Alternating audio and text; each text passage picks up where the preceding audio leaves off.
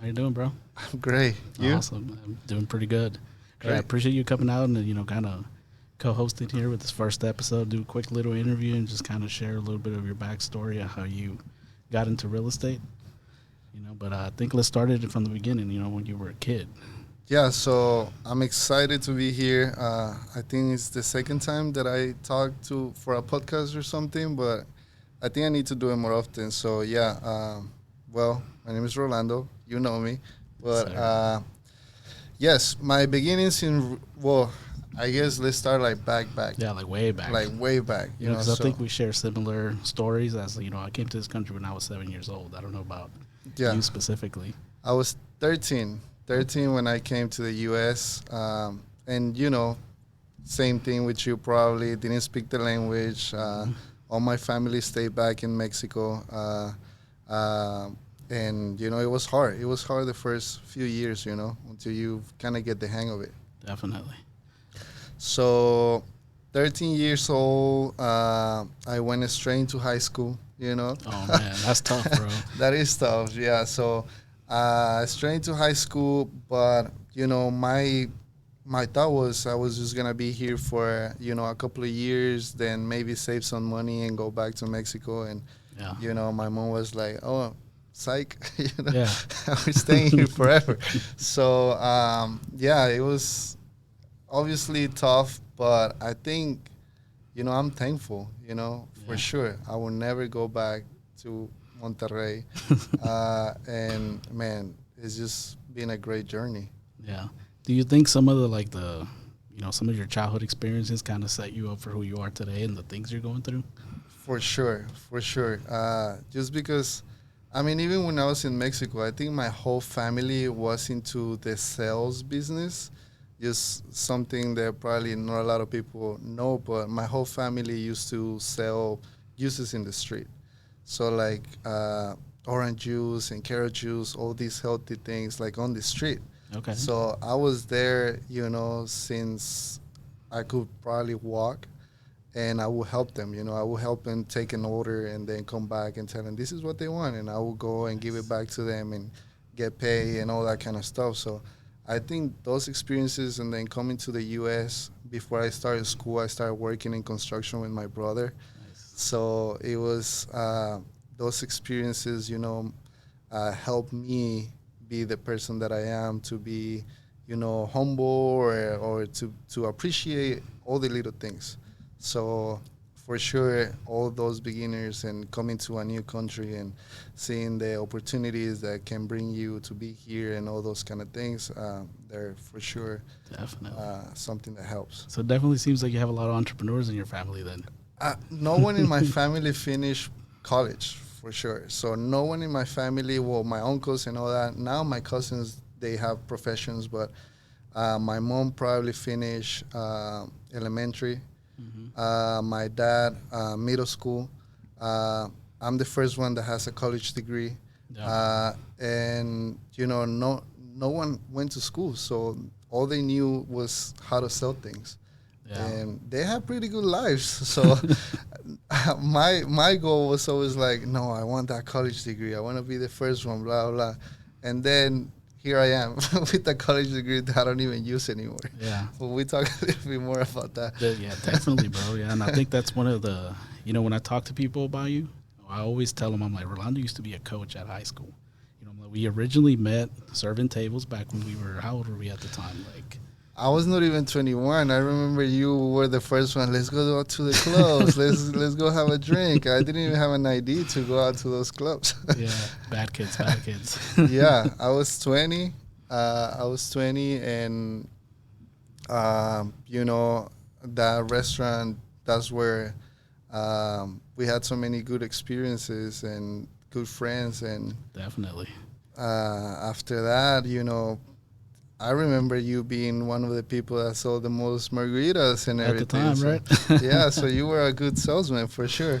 Yeah, naturally, I think it just comes to me, man. It's just, I like to talk. I love hanging around people and just, getting to know them and stuff. So then you left. I think you left before me. Yeah, I left 2013. I remember New Year's Day. I made the decision. I'm like, I'm getting out of here because, so my dad also, I started doing construction with him since I was like 8, 9 years old. I would go with him and just kind of help sweep the job sites and stuff. So I always had an idea of those two different worlds, like, the self work for yourself and you kind of have more freedom. And then you have to be here on time. You got to do what we say type. And I never really liked it. So I kind of, 2013, the beginning, I was like, I'm quitting, getting the hell out of here. Never going back. Fortunately, I did go back a few times. Whenever you start entrepreneurship, sometimes you run into walls. Yeah. And, you kind of have to go back to what you know until you get a little more comfortable. That is true. That is so true. So for me, serving, it obviously helped me to be able to talk to a lot of people, get to know people, relate to people, have relationships. But I always saw it as something that it was just going to help me get my degree, because the schedules work. You only had to work on the weekends or on the afternoons. So it was always good. So after I was done with my classes, I was like, yeah, I'm done, finally got my degree. And I never saw myself being in the, service industry for a long time, but I didn't see it as something bad either, so the scheduling and all that.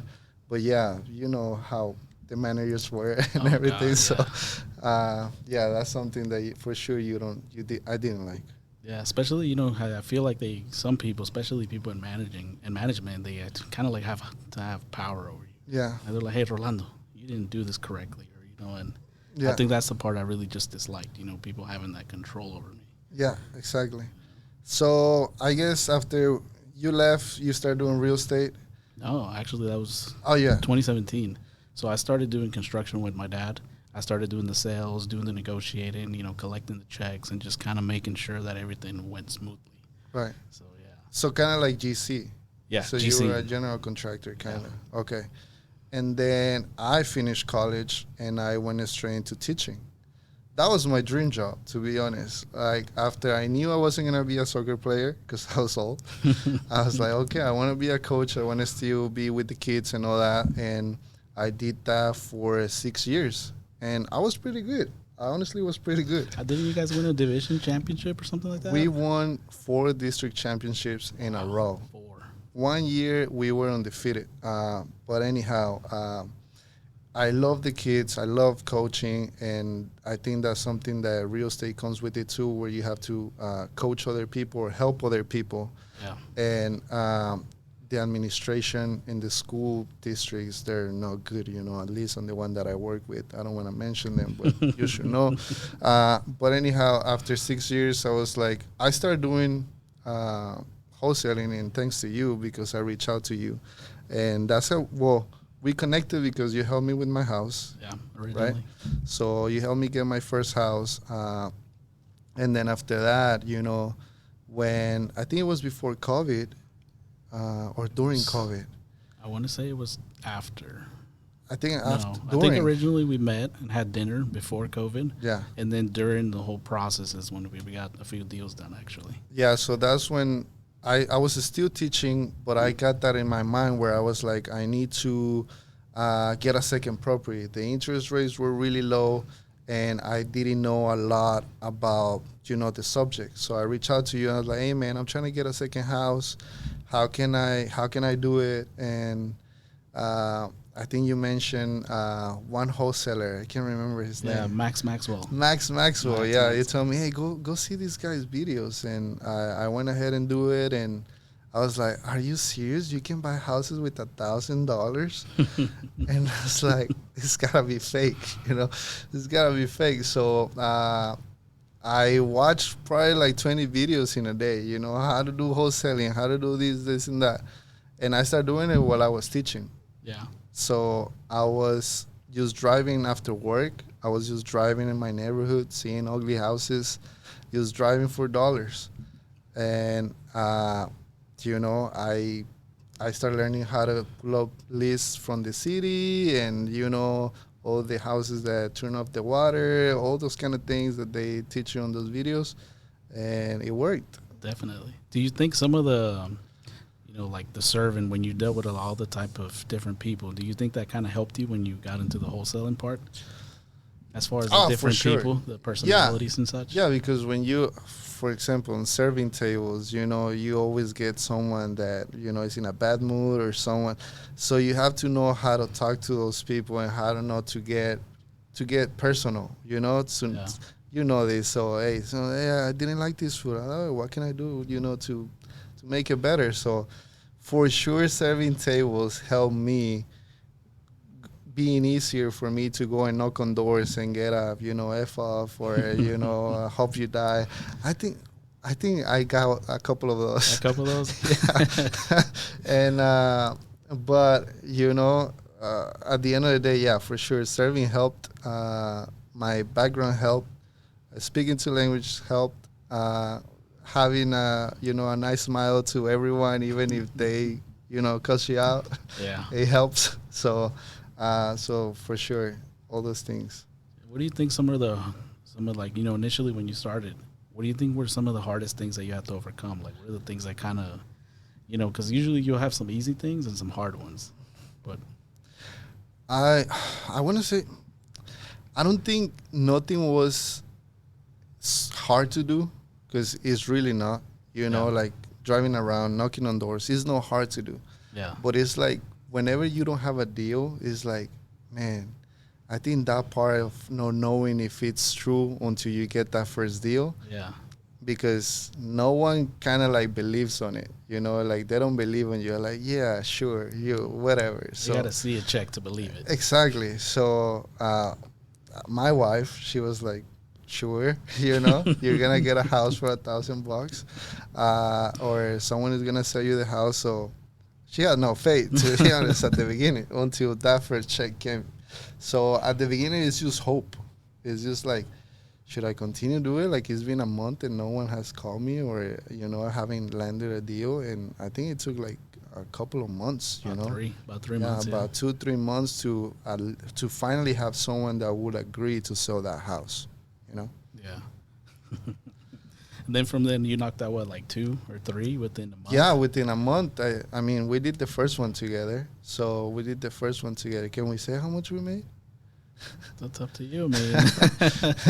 Are we allowed to talk numbers? I think so, man. I mean, Ballpark it. yeah. So that first house got us $20K each. Money piece, yep. $20,000 each, and I was making as a teacher around, I think, close to $70K. With bonus and with everything, coaching and all that. So I was like, wow. So $20K in like 3 months, and I barely do nothing. Yeah. It was just like driving and knocking on doors.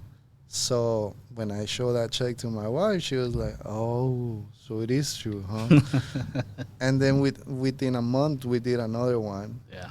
So that one got me close to making half my salary as a teacher in like a few months. Yeah. So I was like, obviously it was a no-brainer, right? I was like, if I can do 5 houses a year, Match my salary. I can match my salary.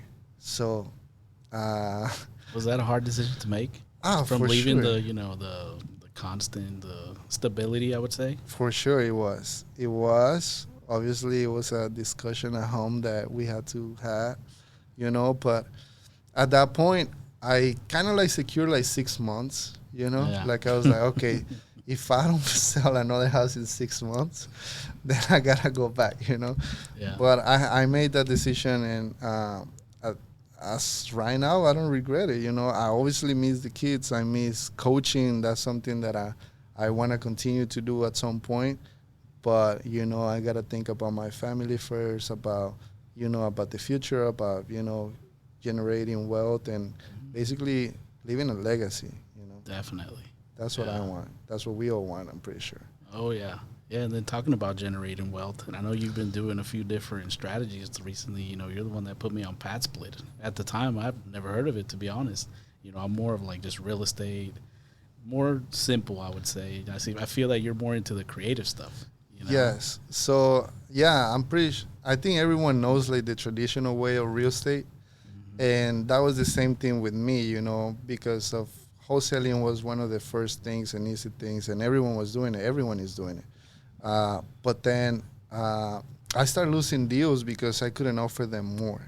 So I was like, man, how can I continue to do deals? And that's when I joined a community where they teach you how to do creative ways. And that's how I basically learned how to, even if I couldn't offer the money that they wanted, there could be other ways to still get some more properties. And basically, yeah, so now we are doing all types. I have rentals, I have Airbnbs coming soon, I have the pad split, which is a co-living. So it's just like almost like if you were in college sharing a house. Yeah. So it's basically the same concept, but everyone has their own room, everyone pays their own rent, and you just provide everything for them: internet, electricity. So you pay for all the bills, but the thing is that it's better than traditional rental, that a long-term rental, because they're single people, no kids, no animals, all of that. So I think that's one that I love the most, and flips, all the rest of it. I have some long-term rentals and I hate it. You've seen the pictures of the ones that I have right now, and it's the worst. So would you say the long-term rentals are your least favorite? Oh, for sure. I think everyone's, man. I think no one wants to be a landlord. It's just a pain, It's just a pain because you never know.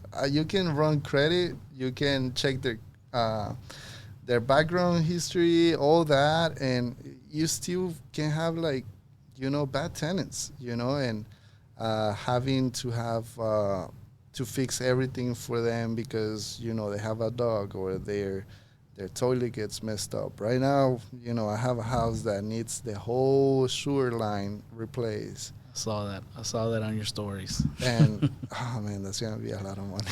Yeah, I had that happen once, $15K. Oh man, don't even mention. I'm supposed to get the estimate today, and I'm so scared. The pros and the cons, like everything. Yeah, the pros and the cons. Yeah, but I don't regret it. I'm pretty sure you're the same way. Oh, not at all. Yeah, I mean, it's kind of like you said earlier. I see it as I'm buying my freedom. Every single deal I close, I'm like, this gives me another month. This gives me 3 months, and I want to be like 6, 7, 8 months down the road. As like I have 9 months that if I don't close anything, I still have my freedom, and I'm able to do whatever I would like. More, yeah. So it's the same for me. I'm really happy that I get to control my time, even though I think I'm working way more. To be honest, I'm working like Monday to Sunday. I'm working outside of time because we're buying houses in Austin, in Houston, different cities in Texas. But I'm working for myself, right? We're working for ourselves, so we're working for our own future. We're not working for someone else. So even though I know I'm putting a lot of hours, hopefully the goal is when I'm 40. I don't have to do it anymore. Yep. Forever. Yeah, you'll have your cash flow take care of you. Exactly. So you have that cash flow, and you can retire when you're 40 instead of when you're 65. So those are some of the goals that at least that I have. Yeah. So what are some of your long-term goals when it comes to that? Like maybe like some short and then some like 20 years from now. Where do you want to be? So for me, I want to have enough cash flow, like some short-term goals. Some short-term goals will be something that we're trying to do this year is to get one pad split a month. Nice. One pad split a month for this 2024, to have 12 that are bringing enough cash flow for me and my partner, and that's just this month. And we're good for January. We have the first one in January, and then the next ones are gonna continue to show up. Long term, I think I just told you I want to retire like when I'm 40. Not retire like I don't want to do anything no more. But now you don't have to work 6 days, 7 days a week. Exactly. I want to hustle this. I'm 31, about to be 32. So the next 8 years, I want to work as much as I can. So when I'm 40, I'm like, okay, I don't have to. Yeah. I'm still gonna do it. Oh yeah, you know, you're gonna be addicted to the deals at that point. exactly. You just can't Hopefully stop. hopefully bigger deals. But I want to see like if I just want to chill, I'm still taken care of. Yeah, yeah. And everyone is. What about you? Probably the rental game. Definitely want to get into the rental game, but not single family. I want to get into the multifamily. Yeah. You know, kind of the same thing. You know, hit there maybe. Well, we throw numbers out there. I want to hit 100 mil. That's the goal, the long-term goal. Maybe 10, 15 years. Yeah. That's where I'm at. So still working on formulating it all, but that's where I'm at. Yeah, that's good, man. That's good. That's good. Yeah, for sure. Multifamily is a space that I've been to. You know, like a lot of talks and everything where they explain you. It's just something that probably in the future I want to get into it as well. But yeah, everything is. I don't know. I just love real estate because it has so many ways of Options. so many options of making money. You know, like something really quick. It's I have a house, didn't sell. Those are one of the cons. You know, the market. You never know who's gonna like it or not. But I was like, okay, so you can use refinance the house and put it as a rental, as a pad split. Mm-hmm. So I don't think you never really lose. You know, like my house in Mesquite that is having that sewer line problem. You know, I know I'm gonna spend some money, but I know that equity is gonna give it back to me in a couple of years. Yeah. You know, so I'm taking care of. You know, the money continues to grow no matter what. So I don't know. Yeah. Yeah, I think you're right when it comes to the long term. You know, that's why I think the rentals is kind of where I'm facing, because I know that in the long term, even if there's a down market, we're going to continue to appreciate. You know, inflation doesn't slow down; things just continue to go up. So yeah. So for sure, a lot of people get scared. You know, with the interest rate going up and all those kind of things. But we try to continue to buy houses because it's two things. Like on my pad split, I bought it at 7.25% interest. That's super high. that's high, but not too high. Not too high. Exactly. At that point, it was high. Yeah. But then, like 2 months later, the interest went like 8.5. So I got a pretty good deal. You got a deal. So I got a deal. So now the interests are going back to like 6. Mm-hmm.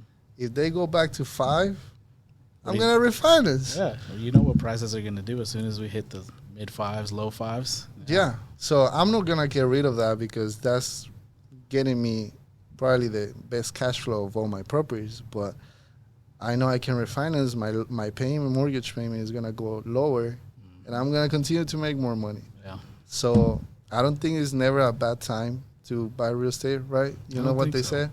They say said buy and wait, not wait to buy real estate. Exactly. That's the one that I was looking for. Yeah. But yeah. So, I have this funny question for you when it comes to this. If you had to choose between $1 million in cash or a perfect credit score, what would you take? Knowing what you know now. Knowing what I know now, and I don't know if it's a tricky question, but no, it's not. I personally would take the 100 million, just because I know those 100 million can. What's one? Not 100. But I'm sorry, I like 1 million. Is that. Well, yeah, you say the 100 million, but yeah, if I know now, probably before when I was with that education degree and being a teacher, I'll be like, 1 million, I can retire. I'm done. But now with what I know with that 1 million, I can do probably 10,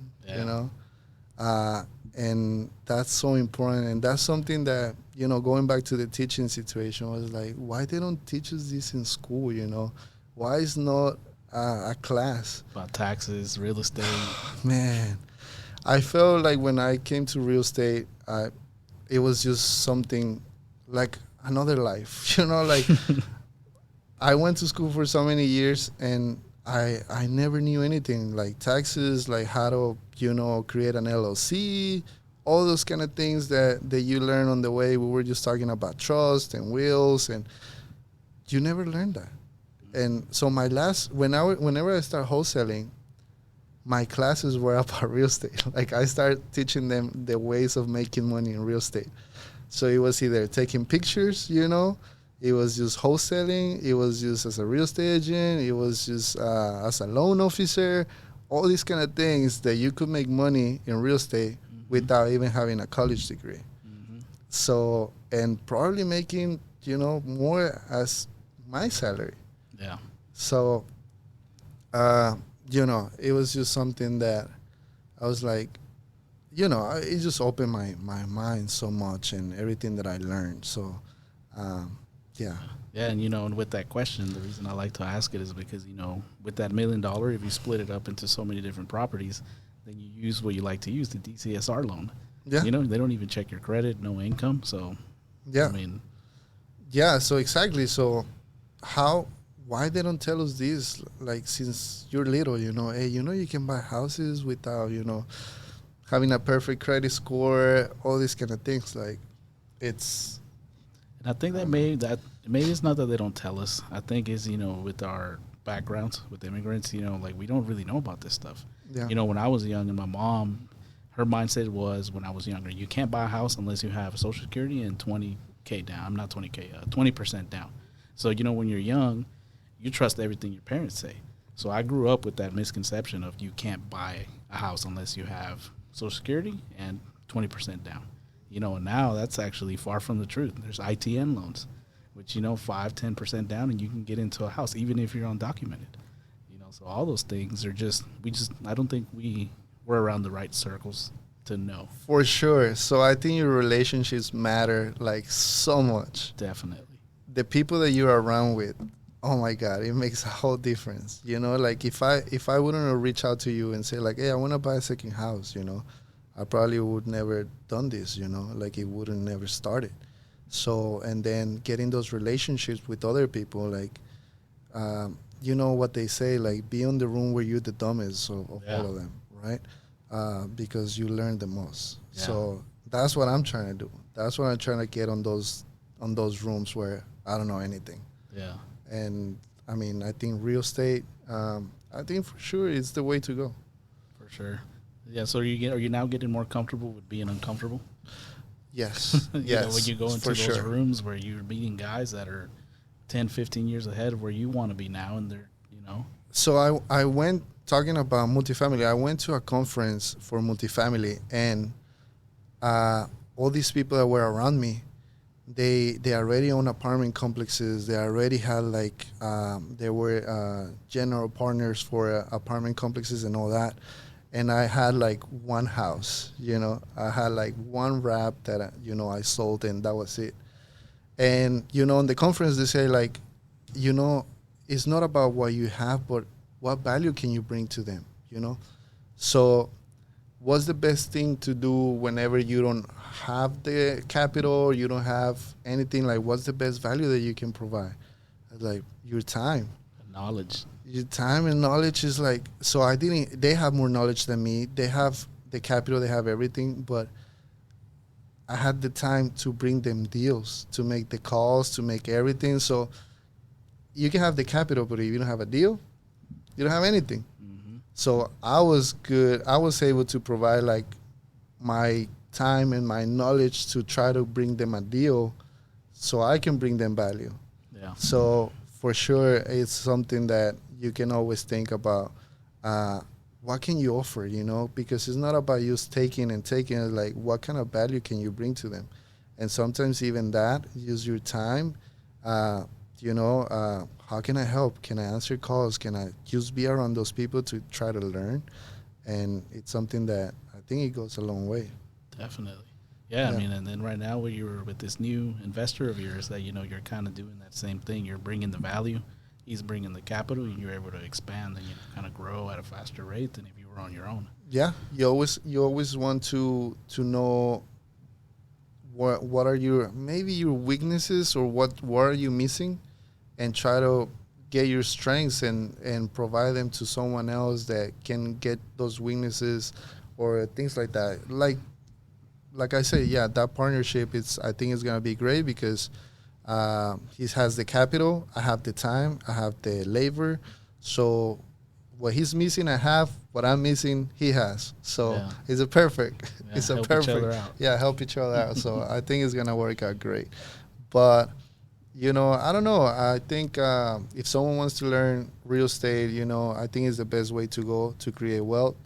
Uh, I think it's something that what I tell all my investors, like, hey, yeah, I need this much money, and come see where your money is gonna be at. It's not gonna be on the market. It's not gonna be, like it's gonna disappear, something like that. So come check it out. You can stop by any time, and they do it. And they see the beginning and they see the end on the flips or the pad splits. They're like, okay, so it's something that I really believe. Like, you can touch your money. It's right here, man. Yeah, it's real estate. That's real estate. At the end of the day, you can go over there and look at the house at least. Exactly. Yeah. So I have a couple now that I can tell my investors, hey, go check them out. That's where your money's at. Yeah. And what do you think real estate has had an impact as far as you and your family and like even your daughter in the future? Like you said, nobody told you about this, but I guarantee you, as soon as your baby starts talking, what are you going to be teaching her? Yeah, she's gonna be helping me do the flips for sure. I'm sorry. That was something that I was talking to some people today. I was like, hey, now for me, I don't think college is important. Not at all. I don't think college is important unless you want to be like a doctor or attorney, something like that. But if you're thinking, I want to go to college because I want to be rich or I want to be wealthy, that's gonna be tough. You really don't have to, right? So I think there's other ways, and I think the richest people are either they make money and then put it on real estate, or they make money by doing real estate. Either or. Yeah. So yeah, I think we're gonna have a fight at home because if she doesn't want to go to college, it's fine with me. Yeah. Is your wife more traditional? Like, no, you still have to go to school. Yeah, for sure. Because like you say, that was what they taught us, when we were kids. That's similar with me and my wife. My son's 16 right now, and I talk to him about everything about real estate, about what we're trying to build and setting up trust and all these things so that he can, pretty much instead of having to pay taxes whenever, like, if a person dies, it's called a debt tax essentially. Yeah. But if it's in a trust, it just gets transferred over to your line. That's what I learned today. Did you? Yeah. Yeah, and he knows about this stuff, and he's 16. And I constantly talk to him about it. So he's like, I don't think I want to go to college. And, but my wife's like, oh, you're going. So, it's definitely a little bit of a struggle. So, like I told him, if you can do both, great. Yeah. And I know a lot of investors that they have, they still have their W-2 and all their money they invested in real estate. And I think for me, having that college degree has that cushion, like, oh, if it doesn't work, I just go back and they hire me like that, I get my job back. But I don't want to, I'm fighting to not do that. So, real estate is not something that you get rich quick, a rich quick scam or something like that. I'm not telling you that, oh, yeah, I have this much properties and I'm a millionaire now, but because I'm not. But it's creating a lot of wealth, Probably not for me. Probably I wouldn't even see it. But my daughter is going to have, I think, a good life. Yeah, especially if you guide them well, you teach them, you kind of help them understand everything, because you can't just give them things. Right. They'll get rid of them, they'll sell them, or not take care of it correctly. So not only do you need to give them wealth, you need to teach them how to keep wealth. Yeah. Create even more. Yeah, for sure. And I don't think I wouldn't have done that just being a teacher, sadly. And that's why, it's just, it makes me sad, because, I don't know, it's just such a noble job. Yeah. And you do change a lot of lives, but also in real estate. So that's why I think I can get really, like, connected because, I usually get houses because people are in trouble because they haven't paid their houses. So instead of going to foreclosure, I'm able to pay them some money so they can, continue with their life. Don't have a foreclosure in their credit, all those kind of things. So you're still helping people. I think as long as you help people, you're going to be okay. Yeah. So my pad split, I bought it from a student. He was my ex-student. Oh, He really? reached out to me and told me he couldn't make the payments anymore. So, and you know what? This is crazy because he became a teacher, just like I did. And, bad situation, he bought a bad deal, 7.2 interest rate, all that. He was like, hey, he was my player too. So like, coach, I'm making like $200 for the month after I pay everything. And I was like, yeah, you don't need this house. Do you even like this house? No, I don't like it.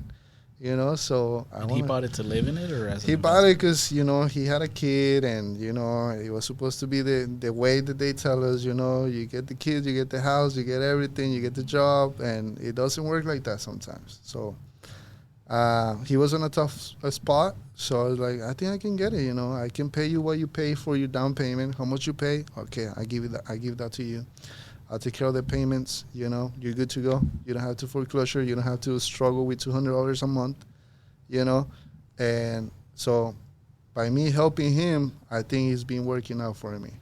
So I think we're still in that same business of helping people out. Definitely. Yeah, and I think that's one of the biggest things that I like about real estate, that I'm able to impact people's lives, like people around me, like my family and my friends. I've been able to help people buy houses when they thought they couldn't do that. So, I'm like, an FHA loan, all you need is 3.5% down. That's all you need. It's super simple. So you keep creating those relationships, because just like I went back to you, you saw one of my houses now, and, we're doing this now, and everything is started, because we connected in a job and we had that relationship and we were open to know other things and things like that. Just relating to people. You never know what's going to bring you, right? That's the crazy part, bro. Like, if you think about it, like, what was that, 2013, 10 years ago? 10 years roughly, ago. No, 11, 2024. 2024. We were, like you said, slanging margaritas. Yeah, and look at us now. Building wealth in real estate. Yeah, man. So hopefully we can, continue to grow this and keep helping people, and just maybe just also teaching, or more people use how to get in the game, how to have another perspective, Yeah. that is not like always an 8 to 5, whatever you do. I think it's trying to hustle to have a business in whatever, in whatever you like. It maybe not even real estate, but it's just changing that perspective, I think. Yeah. Yeah, and I do find a lot of fulfillment, in helping people. Like, whenever I see you now doing all these deals and stuff, I'm like, bro, nice. It just makes my heart feel warm, because I'm like, I'm glad I was able to help in any way. Yeah, for sure. In some way, whatever that was, whatever I said, I told you about Max Maxpo, whatever. It is. Oh my God, yeah. Like, now I'm going to drop you another one. Look into cap rates for multifamily. It's going to blow your mind. Yeah, I think, like I said, I've been to a few conferences, and it's just, they say it's the same thing as getting a house, but it's like, yeah, it's just raising that capital, like, I need more relationships. Yeah. I need more relationships with a lot of money. So more rich homies. Yeah, exactly. I need to be on more of those circles, for sure. Yeah. You know what they say, you turn into the equivalent of the 5 people you spend the most time with. That's true. Yeah. So yeah, I believe in that. So surround yourself with rich homies, I guess. Yeah. We need to go to Starbucks right now.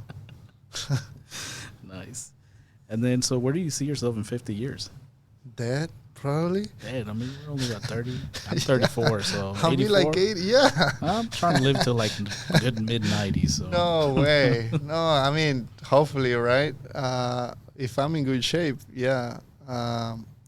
Let's say in 30. Call it 30. 30 years, I'll be, 61, 62. So, yeah, for sure, I see myself, just, honestly, I guess just having an empire, real estate. Why not? You got to think big. There you go. So, yeah. I see myself that, with just chilling, I think around that time, I shouldn't be doing anything else. But yeah, so I see people right now in their 60s is still working, right? That's tough. Like 9 to 5s, all that kind of stuff. just because they didn't have the knowledge. So I wish I knew this when I was 20, right? It would be so different. Yeah. So some people think, oh, you already started late or something like that, but no, I mean, so I think I just want. I'm an open book, I think. So I think just continue to help people get where I'm at. And like I say, I haven't done it yet. I'm not even close, but I know how to get there now. Yeah. You know, so I think that's the important thing.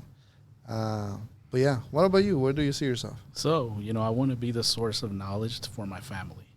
Like, that old guy that like, hey, you need any advice on life, real estate, how to build wealth, go talk to grandpa. Be that guy at his ranch, have my kids there like, grandpa, what do you think about this?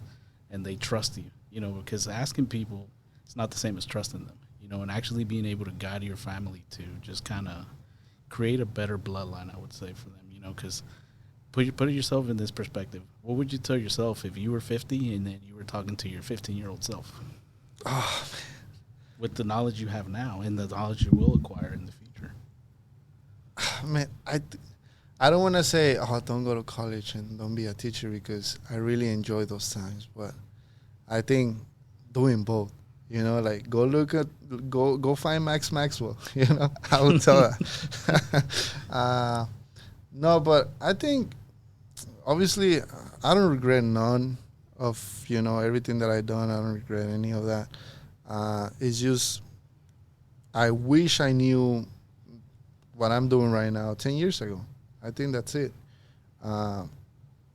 Because it's just so many stuff, so many things that I keep learning every day. Like I told you today, the trust and how to transfer all your properties without paying taxes and all that. Like last year, probably I didn't make as much, or I probably make my same salary as a teacher, but I didn't pay 30% in taxes.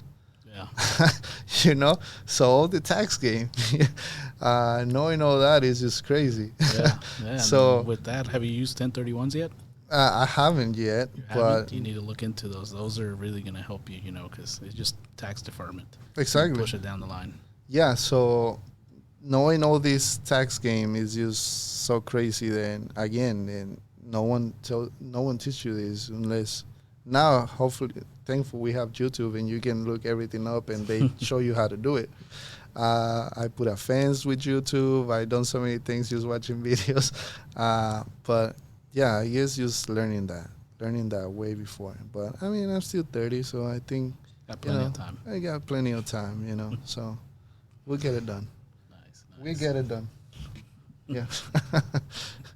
Yeah. So, any questions you have for me? Something you want to just throw a curveball at me or something? Questions. I mean, when you were 20, do you think you were going to be in this spot right now? Oh, not at all. Not at all, bro. When I was 20, what was I doing? Let me think back. I was working at the Cowboy Stadium.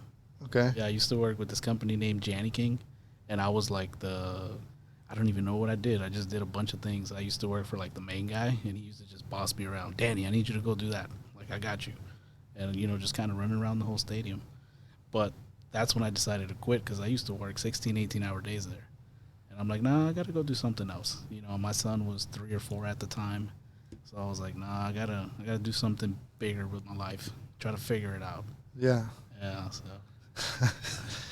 Same for me. I never saw myself right now, like, when I got that degree, I was like, this is gonna be my job until like freaking retire, And then I started seeing the teachers that they were retiring and they were coming back, to continue to work after retire as substitute teachers and all that. And I was like, oh no, is that gonna be me?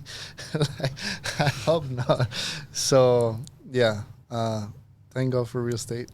Yeah, definitely. That's tough. Yeah, bro. Well, thank you so much for coming, and I do have a little bottle I'm going to gift you after this. Yes, to be closing more deals together. For sure, yeah. Awesome. Got to set some goals, bro. Oh, thank you for having me. It's great. Hopefully we can invite more people over and get their experiences and see how can we keep providing, help or use, advices. We don't know everything, but you know. We try to do as much. Yeah, the way I see it is like, I may not know everything like you said, but I know how to get here. So if I can help you get here, then maybe you can find somebody else that'll help you get there, and vice versa. I think so, yeah. I think that's how it works with us. Yeah, definitely. Awesome. Yeah, bro. Appreciate you coming out. All right. Thank you, man. Thank you.